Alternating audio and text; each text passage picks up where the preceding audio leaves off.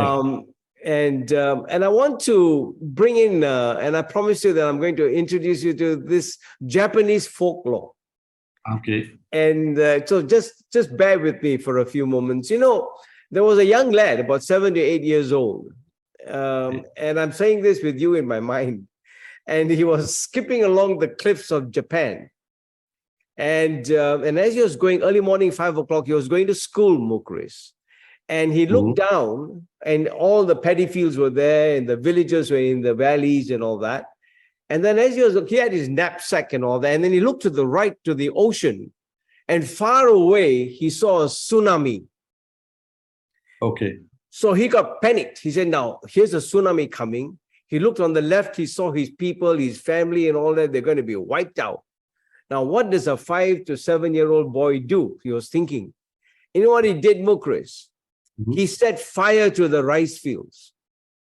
And so when the rice fields went on fire, the villagers woke up, saw their bread and butter being burnt. They ran up to put the fire out. And when they reached the cliff, they saw the tsunami and went for cover. And I think that's a fantastic lesson. It's not about the waves that are coming, because every wave that comes will go back to the ocean. Every wave recedes. But what we are really aware of are the tsunamis. In fact, that's why I congratulate your father, Dr. Mahathir, because in 1981-82, Look East policy, he turned the country into industrialization. Why? Because the tsunami was coming in 1997. The Asian tigers were at a crisis. So talk to us, because we can learn from you, and we can learn from Kedah, that even though it's a paddy field kind of a say in supporting the rice bowl of the nation, but the Taman Technology thingy in Kulim, which turned into a high industry technology center, is preparing for the tsunami that's coming. There's no such thing as they cannot turn something that they can't see until they are taught. Your thoughts on that? It's a brilliant, illustration. Before the advent of Kulim High-Tech Park, no one thought that Kedah could embark in high-tech industrialization. Everyone thought that this state will remain an agrarian state, that it will stay like that forever. So it took a bit of risk-taking, I would suppose, by the government at the time to try out building an industrial park, high-tech industrial park in Kulim, spend 600 million on buying the land, developing the infrastructure and the like, and promoting it to investors, including foreign investors. But clearly, it's been now many, many years since it first started. We have proven that Kedah can do it successfully. 31 billion ringgit invested in just that park alone. 26,000 jobs. Average salary is about 5,600 ringgit. 80% of the workers there are Kedahans. And I think it contributes considerably to the national GDP. So it just proves that once you set your mind to it, you could change the situation of a state, but you must have the political will to do it. Absolutely. And of course, one of the key ingredients would be education. If we didn't have the right type of education to make sure that all those employments all those jobs that are offered by Kulim High-Tech Park are filled by locals, not just Kedahans, but locals, Malaysians, then it would not have succeeded.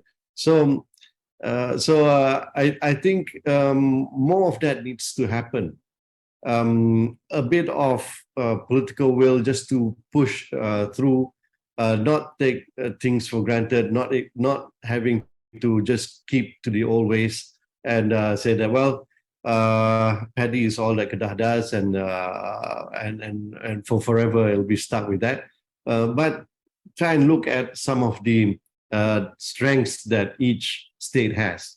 So right now, I would happily report that both Kedah and Penang constitutes an ecosystem for the electronic and electrical sector of industry. So if a company like Infineon, German semiconductor company, or say First Solar from the US looks at Kulim High Tech Park and considers investing billions there, they would rest assured that they would easily get the right number of qualified people to work there. The infrastructure would be in place, and the support system is also in place for them to continue with their industry. So I think that kind of planning needs to happen and implemented correctly. Hi everyone, this is Dr. Charles Lee. Before this episode starts, I have a small favor to ask from you. Many visit and watch the videos and they find it very informative, they get excited. Some of them write to me on my email, but they don't subscribe. So would you do me a small favor? Would you just press that subscribe button? It'll be so good for all of us. Certainly it helps the channel grow. It adds a little bit of vitality to the channel. At the same time, the numbers get bigger, and my heart gets bigger too.